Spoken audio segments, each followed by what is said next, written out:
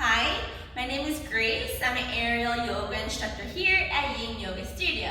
Today I'll be going over a tutorial on the ankle hang skydiver pose. Before I show you in the hammock, I want to go over the position of your feet because that's quite important. So a little later on, you're going to kind of be in this position here on top of the hammock. So your feet will be pointing up to the sky, and you do not want your toes to be pointed like this. You actually want to flex your feet so that the tops of your feet are facing the sky. So remember, no pointed toes, flex foot, good. All right, so now that we got that sorted out, let's start by standing on top of the hammock here. All right, so to get started, you get one single wrap around each ankle. So one foot out to the front, side, and then in, front, side, in. So right now I want to show you how to do the actual pose, but after that I want to go over some things that may happen when you attempt to do this pose, which I definitely hope you guys watch because it's quite important to see what can happen when you try something new for safety, right? All right, so the next part is you want to widen your feet about 3 times wider than your shoulder width, pretty much as wide as you can. So bend your knees, grab a pie, jump. And on the first jump, your feet aren't wide enough, then you can just do it again. Grab a pie, bend your knees, and jump to widen your feet.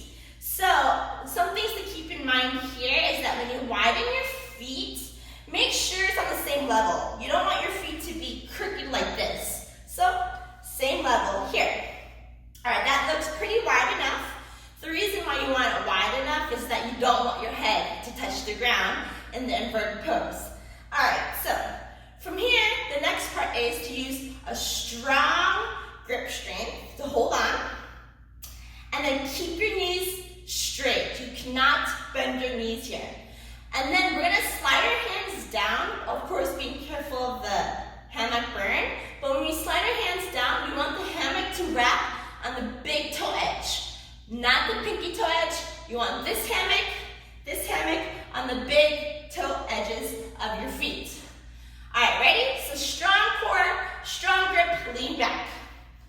Strong grip, slide your hands down. Be careful hammock burn, feet are flexed, like I told you in the beginning of the tutorial. And then the hammock wraps on the big toe edge. Once you can't slide down anymore, you can grab the bottom of the loop. And then be mindful, make sure you have some space with your head in the ground. Once you realize you're good, then you're ready for the skydiver pose. Hands point up to the sky like you're flying. And of course, there's so many arm variations you can do here. You can bring them out to a T. You can do eagle arms. You can do cow face arms. Or you can just grab opposite elbows to open up your chest as well. Or you can interlock hands behind your back. You can work on your back body. Maybe cross your arms over your chest and try to gaze up. Or even Superman, arms straighten out in front of you. Or you can even work on handstand. Or even some sit-ups here to work on your core by interlocking your hands behind your head and curling up. Whenever you're done with your skydiver pose, it's time to come up. So, look at your belly, engage your core, grab the bottom of this loop.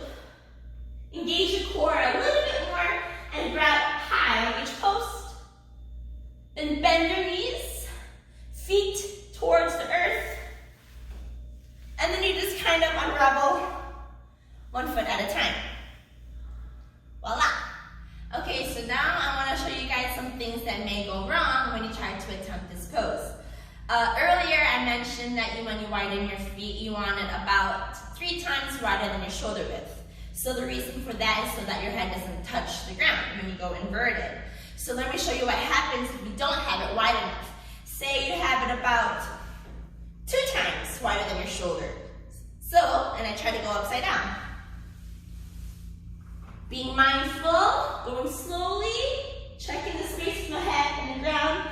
And then look, it touches the ground, and then everything is just all crunched up, doesn't feel good, nothing's decompressed here. So that's why it's important to have it wide enough when you go upside down. So another thing that may happen is when you go upside down in the skydiver pose, you just feel super tired and you don't have the energy to pull yourself on up, climb up, and get yourself out of the pose. So in that case, I want to show you how you can get yourself out. Okay, so you may end up in this position here where the loop, the bottom of the loop is super high because your feet were too close. They weren't wide enough, you went upside down. So if you're really strong, you have really strong core, then you may be able to climb up, grab the bottom of the loop and each post to come out of this post, like so. But if you're just super out of energy and you're back here, what can you do? So when you widen your feet, not wide enough, most cases are, you'll end up like this with your shoulders to the ground. So you're gonna do like supported shoulders down. Your hands will support your back to lift your hips as high as you can, rolling your shoulders under. Then you're gonna bring your feet towards your face, and that way it'll unwrap. And you can unravel one at a time. Yeah. So yeah, thank you for watching. Let me know if you have any questions. Peace, love, namaste.